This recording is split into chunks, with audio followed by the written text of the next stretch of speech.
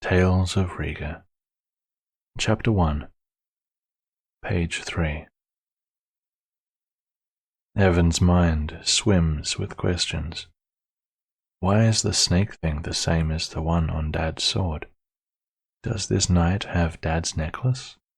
Is he my dad? I'll be back before dawn, says the knight.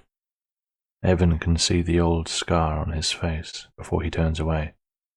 Stay inside, Evan, and look after your mother. Evan tries to talk. He tries to ask questions. He opens his mouth, but it's too dry. The knight just trudges off toward the village, with the wrapped item under one arm. Evan sighs and looks up at the knight's steed. It stares down at him. It's been a year or two since he came this close to a horse. He slowly reaches out and takes hold of the reins. It sighs. The steed follows him to their garden shed. Evan hangs up the lantern and guides it inside. He tries to undo one of its belts, but it stamps the ground. The old shed rattles. He backs away. "I'm gonna call you Derwin," Evan whispers, "because you're just like Derwin from the village. He always pushes me around."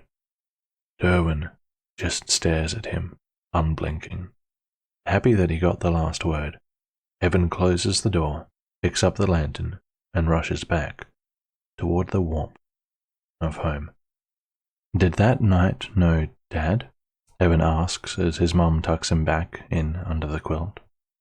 She tilts her head. Why would he know Dad? His necklace had one of these on it. Evan draws the S-shaped creature in the air with a finger. It's the same as the one on Dad's sword. His mum leans back. She glances at the broken sword on the mantelpiece, at the old wooden icon to the child god in the far corner of the room. The small, cloaked figure peers back at them from the darkness, its face too small to make out any expression, and then she goes quiet. Evan's tummy twists. He doesn't like it when she does that. She seems so sad. But she breaks the silence unexpectedly. "This place is no good for us," she says softly. It sounds almost like she's talking in her sleep. "We can go somewhere else." Evan sits up a bit. "What do you mean? Where can we go?" It's as though she forgot he was there, and his voice reminds her. She looks at him with a warm smile, all her sadness from a moment ago washing away. "I have a sister in Gaolo. Her name is Radella. She plays music." "You have a sister?" Evan tries to imagine her, but his mind only comes up with another woman who looks exactly like his mum, only she is playing a flute. "I do. She is your aunt." She smiles and brushes aside his fringe with her fingers. "We can afford to go somewhere else, Evan. We don't have to stay here. We can pay a merchant to take us away." Her smile twists strangely. Something sparkles in the corner of her eye. "We don't have to stay here anymore."